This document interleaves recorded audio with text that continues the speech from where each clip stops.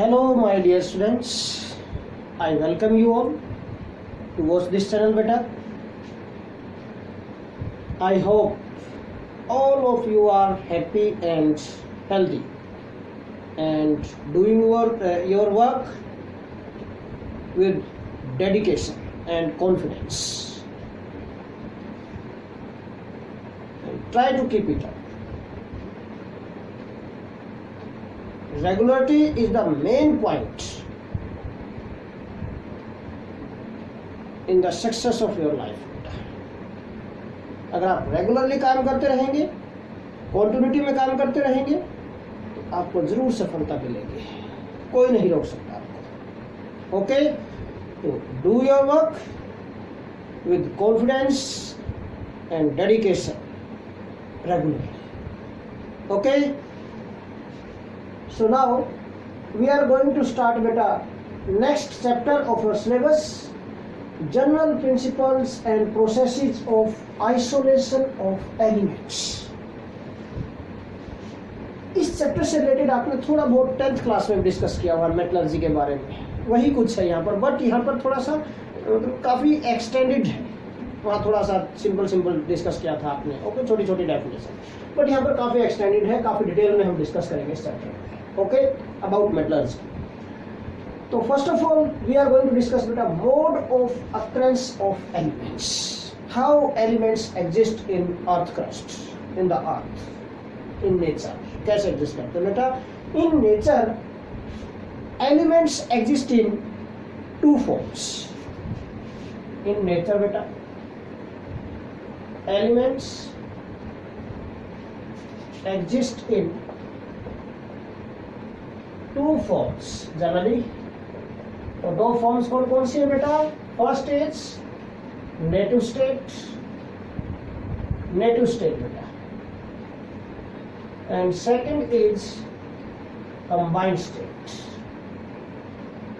First is native state and second is combined state. Native state का मतलब क्या है? नेचुरल मतलब फ्री स्टेट में एग्जिस्ट करता है. नेटिव स्टेट में फ्री स्टेट में not combine with any other substance और with oxygen, carbon dioxide, moisture present in the air. If the elements are not attacked by moisture, then oxygen, carbon dioxide of the air के अंदर सारी चीजें present है. अगर इनसे attack नहीं होता, मीन इनके साथ कंबाइन नहीं करता element, mean we can say that exist in free state और we can say that is in native state. जिस फॉर्म में मिलता है उसी फॉर्म में एग्जिस्ट कर रहा है.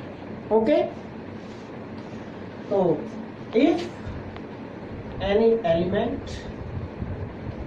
Is not attacked by moisture,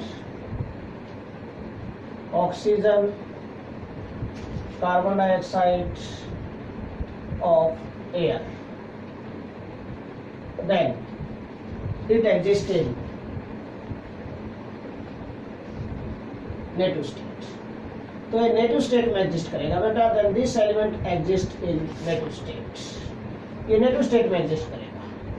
क्या एग्जाम्पल हो सकते हैं बेटा? बहुत सारे एग्जाम्पल्स हैं, है ना बेटा. गोल्ड है, gold, silver, platinum, free state elements में आते हैं. कार्बन भी फ्री स्टेट में एग्जिस्ट करता है.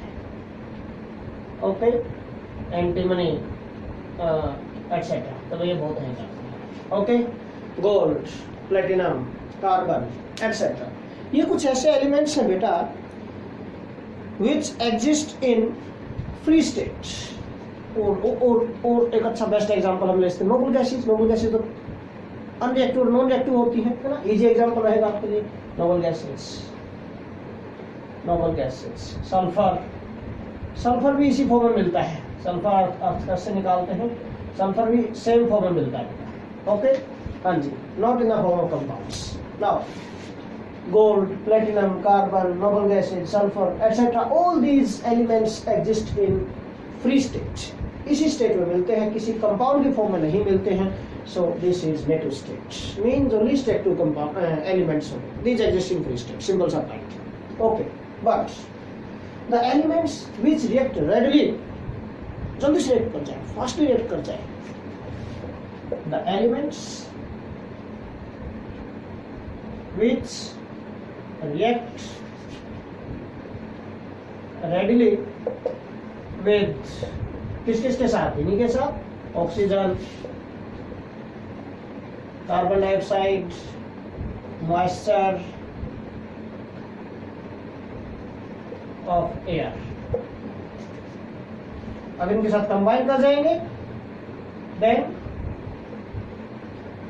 दे फॉर्म कंपाउंड्स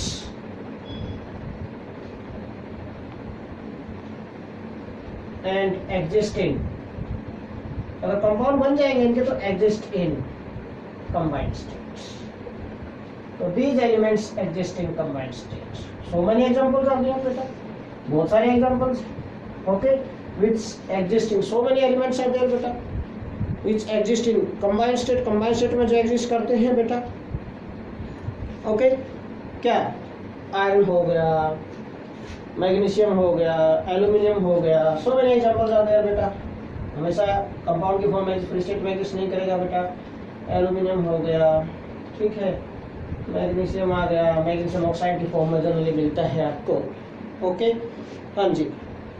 टिन हो गया, मैग्नीज हो गया, Mn ले लेते हैं. ओके बेटा, मैग्नीज हो गया, टिन हो गया, नाइट्रोजन हो गया, फॉस्फोरस हो गया, एटसेट्रा ऑक्साइड्स की फॉर्म में मिलते हैं जनरली, है ना. ये एक्टिव एलिमेंट्स है. तो so many elements are there which exist in the form of their compounds. Exist in the form of compounds. Compounds की फॉर्म में exist करते हैं.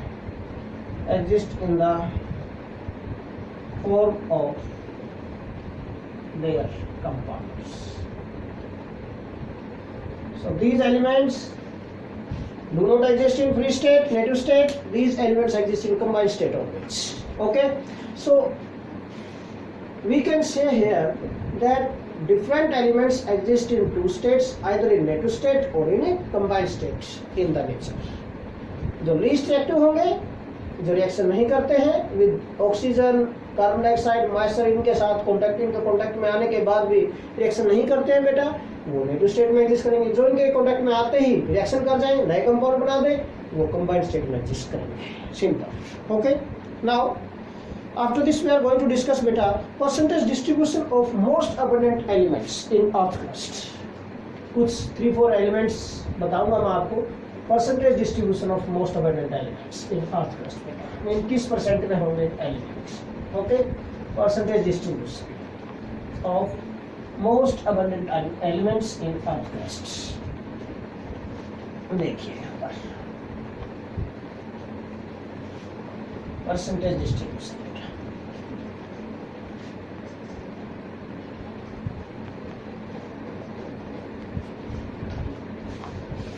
Now, percentage distribution of most abundant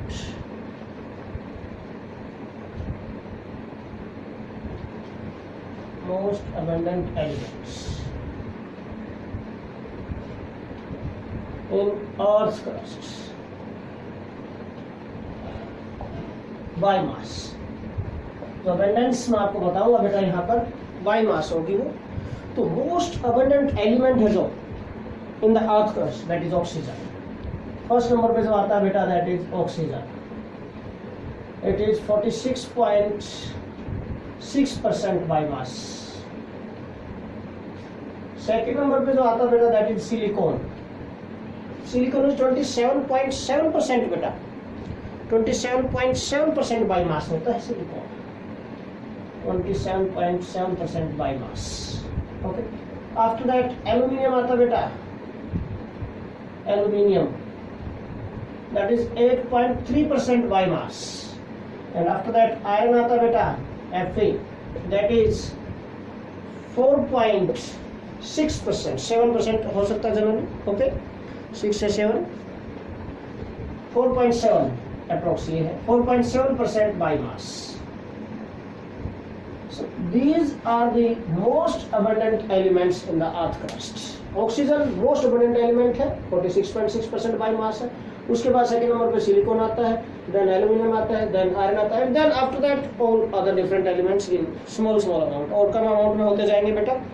okay, so this is percentage abundance of this of और percentage distribution of different elements in the earth crust. Now next point, next topic we are going to discuss here. बेटा main topic में आते हैं, main topic पर, that is minerals and ores. Mean किस form में exist करते हैं different elements, different metals. Okay, तो occurrence of metals next topic रहेगा हमारा, अक्रेंस ऑफ मेटल्स. बेटा किस फॉर्म में आपका करेंगे इन the nature, occurrences of metals.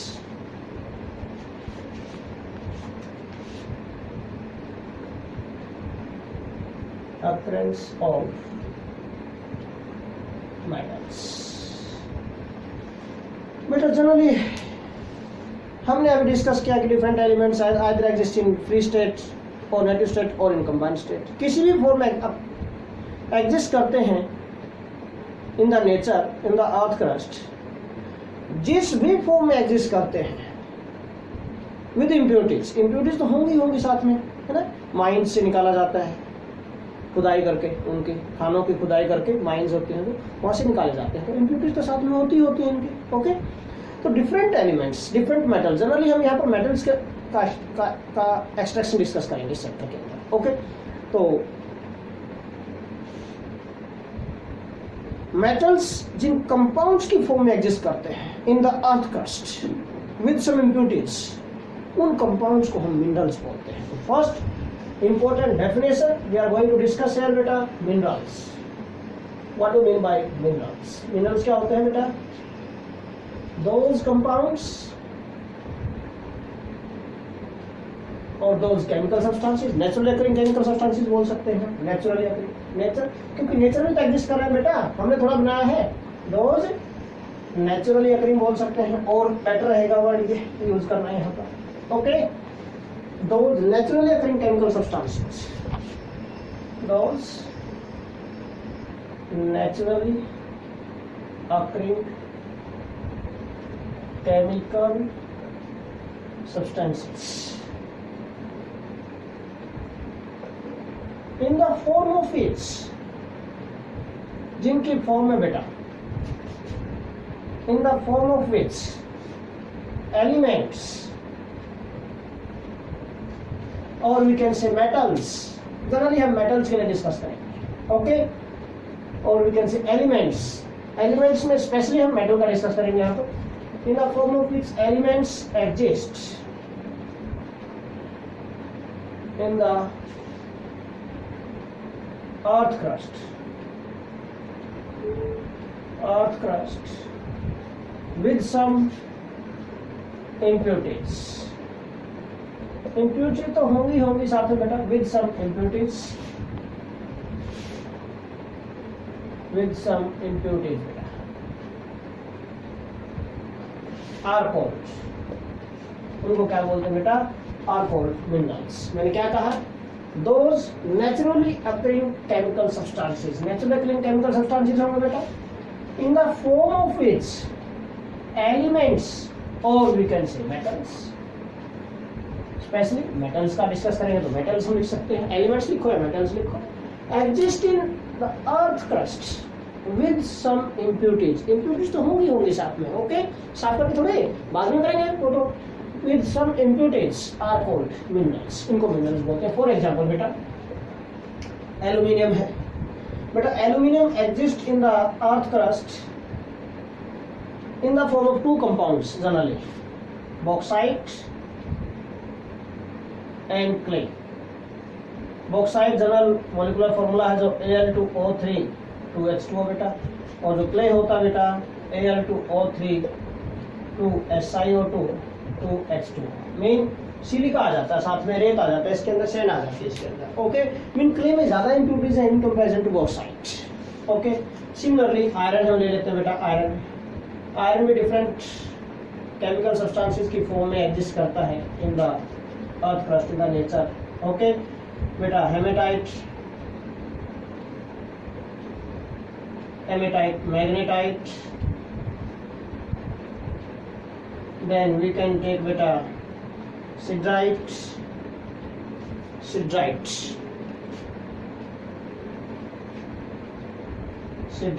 S-I-D-E-R-I-T-E, siderite, and then last we can take beta iron pyrite, this is also called fool's gold, ये different substances हैं in the form of which बेटा iron exist in earth crust, जिनकी form में iron exist करेगा earth crust के अंदर। Okay, अब haematite का फॉर्मूला क्या होगा देखाएंगे फॉर्मूला बेटा, Fe2O3, मैग्नेटाइट होता है बेटा Fe3O4, सिडराइट होता है बेटा FeCO3, फेरस कार्बोनेट होता है। Okay, iron pyrites FeS2, this is also called fools gold. Fools gold भी मूर्ख बना देता है, हमें गोल्ड की तरह दिखाई देता है, इसकी लस्टर जो है, इसकी चमक है जो सोने जैसी होती है। Okay, fools gold, iron pyrites. Okay, so these are the different compounds in the form of which iron exists in earth. तो all these are minerals है सभी आयरन के लिए। ओके, अब पॉइंट यहाँ पर छोटा सा एक पॉइंट बताऊंगा बेटा मैं आपको। कई बार बच्चे हेमेटाइट और मैग्नेटाइट के फॉर्मूले में पजल हो जाते हैं कि Fe2O3 था या Fe3O4 था, पता नहीं, कुछ भी नहीं, बिल्कुल इजी है। अल्फाबेटिकल ऑर्डर में चलो, ABCD काउंट करो आप, ABCDEFG, H पहले आएगा है ना, उसके बाद काउंट करते जाएंगे, बाद में M आएगा, तो पहले H आता है फिर M आता है। देखो यहाँ पर 2 और 3 काउंटिंग करेंगे, पहले 2 आएगा फिर 3 आएगा, मीन फर्स्ट को फर्स्ट के साथ, सेकंड को सेकंड के साथ। जो पहले आता है उस 2, हमें पता चल गया, आपको पता है कि Fe या तो 2 है या 3 है, सपोज पजल हो गए, तो ABCD काउंट के H पहले आया, उसको 2 के साथ ही जाएगा, पहले वाले के साथ, देन M नेक्स्ट 3 के साथ जाएगा, मीन H 2 के साथ हो गया तो ऑक्सीजन तो एक ज्यादा ही है आयरन से दोनों में। देखो मीन Fe2O3 हेमेटाइट है, Fe3O4 मैग्नेटाइट, कभी नहीं भूलोगे फॉर्मूला। अंडरस्टैंड क्या पॉइंट, तो ये पॉइंट्स याद रखना बेटा, इजी रहेगा आपके लिए लर्न करना यहाँ पर इसकी हेल्प से। जिंक है, zinc exist in the form of बेटा डिफरेंट कंपाउंड, जिंक ब्लेंड हो सकता है, कैलेमाइन हो सकता है, जिंकाइट हो सकता है। ओके, जिंक के एग्जांपल ले लो आप, zinc exist in the form of different minerals बेटा। ओके, कैलेमाइन, देन बेटा जिंक ब्लेंड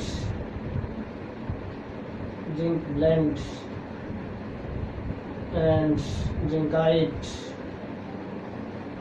डिफरेंट कंपाउंड्स। ये भी सभी क्या है, ऑल दीज आर मिनरल्स, ये सभी मिनरल्स हैं बेटा, जिंक के मिनरल्स हैं। ओके, कैलेमाइन जो होगा, जिंक कार्बोनेट को बोलते हैं बेटा calamine, ZnCO3। Blend, zinc blende sulphur के लिए यूज करते हैं यहाँ पर, ZnS। जिंकाइट, जिंक ऑक्साइड भी बोल देते हैं बेटा इसको, zincite is nothing but zinc oxide बेटा। These are some common minerals in the form of which बेटा zinc exist in earth crust, zinc की फॉर्म में जिंक अर्थ क्रस्ट के अंदर एग्जिस्ट करेगा बेटा। अंडरस्टैंड क्या पॉइंट, तो आपको इतने सारे एग्जांपल देने की जरूरत नहीं है, ये तो मैं आपको बता रहा हूँ ताकि आपको माइंड में रहे। आप कोई भी एक एग्जांपल दे देना, एल्यूमिनियम के दे देना, आप आयरन के दे सकते हैं, आप जिंक के दे सकते हैं, एग्जांपल देना आपको डेफिनेशन के साथ। ओके, नाउ ओर्स क्या होगा, नेक्स्ट डेफिनेशन होगी, नेक्स्ट इंपॉर्टेंट डेफिनेशन होगी हमारी, that is what do mean bye ores. Ores क्या होता है, मिनरल्स हमने डिस्कस किए, ओर्स क्या होता है, what do mean bye ores, और क्या होता है। ओके, ओर्स बेटा मिनरल्स ही होते हैं, बट ऐसे मिनरल्स जिनमें से हम मेटल्स को एक्सट्रैक्ट कर पाए इकोनॉमिकली एंड कन्वीनियंटली, ऐसे मिनरल्स को हम ओर्स बोलेंगे। तो those minerals from which we can extract metals conveniently and economically are called ores. What do you mean by ores, beta? Those minerals from which metals can be extracted. Metals can be extracted conveniently, conveniently, conveniently and economically. Economically are called ores. ऐसे minerals जिनमें से metals को कॉन्वीनियंटली and economically extract कर पाए. Conveniently mean सस्ता, cheap method, easy way, okay, easy method. Conveniently mean easy method और economically mean cheap method होगा. Okay, सस्ता भी होना चाहिए थोड़ा, है कि बहुत ज्यादा कॉस्ट हो उसकी, बहुत कॉस्टली मेथड हो. बहुत कॉस्टली मेथड होगा बेटा तो फिर इंडस्ट्रियलिस्ट को बचेगा क्या, उसमें काम ही क्यों करेगा वो. सिंपल पॉइंट है. ओके, अगर कुछ बचेगा ही नहीं उसको, है ना, उसका बेटा खर्चा ज्यादा हो गया, इनकम कम हुई, तो ऐसा मेथड तो यूज नहीं करेंगे ना वो. तो हमेशा ऐसा मेथड यूज किया जाता है कि जिसमें खर्चा कम हो और बेटा प्रॉफिट ज्यादा हो. Simple point. तो those minerals from which we can extract or metals can be extracted conveniently and economically are called ores. अब for example ये ले लेता हूँ बेटा, this bauxite and clay, these are minerals of aluminium. ये aluminium के minerals है दोनों के. But one point I want to tell you बेटा, we can extract aluminium economically and conveniently from bauxite. हम बॉक्साइट में से एक्सट्रैक्ट कर सकते हैं, नॉट फ्रॉम क्ले. क्यों, क्या रीजन है भाई? क्ले में इम्प्यूरिटीज आता है. मैं अभी थोड़ी देर पहले बोल रहा था, there are more number of impurities. Silica इसके साथ कंबाइन होकर आ चुका है कंपाउंड के अंदर.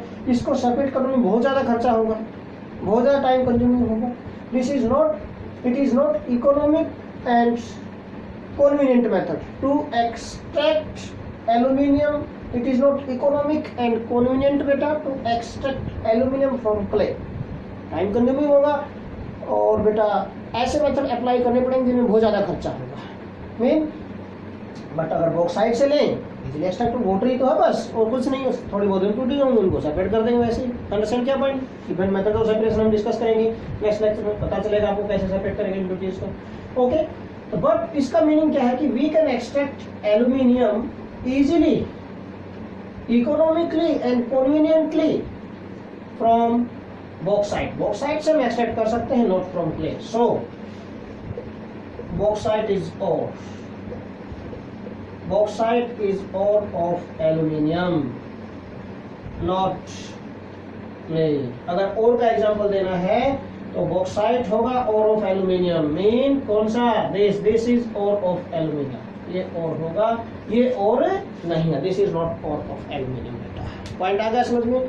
तो फ्रॉम दिस कंक्लूजन कई बार जस्टिफाई करनी आ जाती है स्टेटमेंट कि all ores are minerals but all minerals are not ores. अगर ये आ जाए suppose, justify the statement with the help of example. Statement क्या है?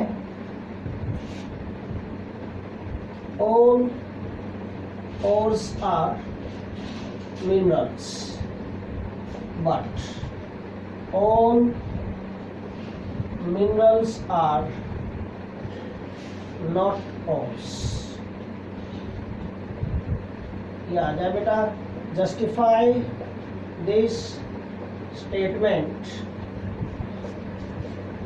with the help of suitable example. तो कैसे आप जस्टिफाई करेंगे? How we can justify? कुछ नहीं और एंड मिनरल दोनों की डेफिनेशन दो। डिफाइन करना आपको मिनरल्स क्या होते हैं, ओर्स क्या होते हैं, डिफाइन हो गए, उनके एग्जाम्पल हो गए दोनों के एग्जाम्पल। ओके, उसके बाद एग्जाम्पल आप पॉइंट क्या है, मिनरल्स और को डिफाइन कर दो। डिफाइन करने के बाद एग्जाम्पल आप ये ले लो, दिस मिनरल्स ऑफ ओर ले लिया आपने, और इसको भी जस्टिफाई करो यहाँ पर कि we can extract aluminium economically and conveniently from bauxite, not from clay, because there are more number of impurities, because more impurities are there in this.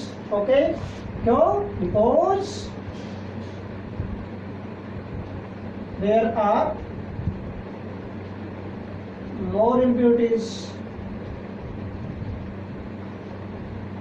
in clay. Okay beta, so this is not economic and convenient to extract aluminium from clay. Okay, इसके बाद ये करने के बाद हम justify कर देंगे, so bauxite is ore of aluminum but not clay. इतना करने के बाद hence we can say this all ores are minerals but all minerals are not ores. Point आ समझ में? ये आप इस स्टेटमेंट को जस्टिफाई कर सकते हैं with the help of this example बेटा, इजीली आप जस्टिफाई कर सकते हैं इसको। ओके, नाउ नेक्स्ट टॉपिक जो हमारा रहेगा यहाँ पर आज का बेटा, that is metallurgy. What do mean bye metallurgy? क्या होता है मेटलर्जी? मेटलर्जी 10th क्लास में भी आपने डिस्कस की हुई है डेफिनेशन। तो metallurgy, what do mean bye metallurgy? Metallurgy क्या है? कुछ भी नहीं है, the process of extracting metals from ores is called metallurgy. बिल्कुल सिंपल, क्या होगा बेटा? The process of extracting metals from ores. बेटा ओर्स में से मेटल्स एक्सट्रैक्ट करने का जो प्रोसेस होगा दैट इज कॉल्ड मेटलर्जी।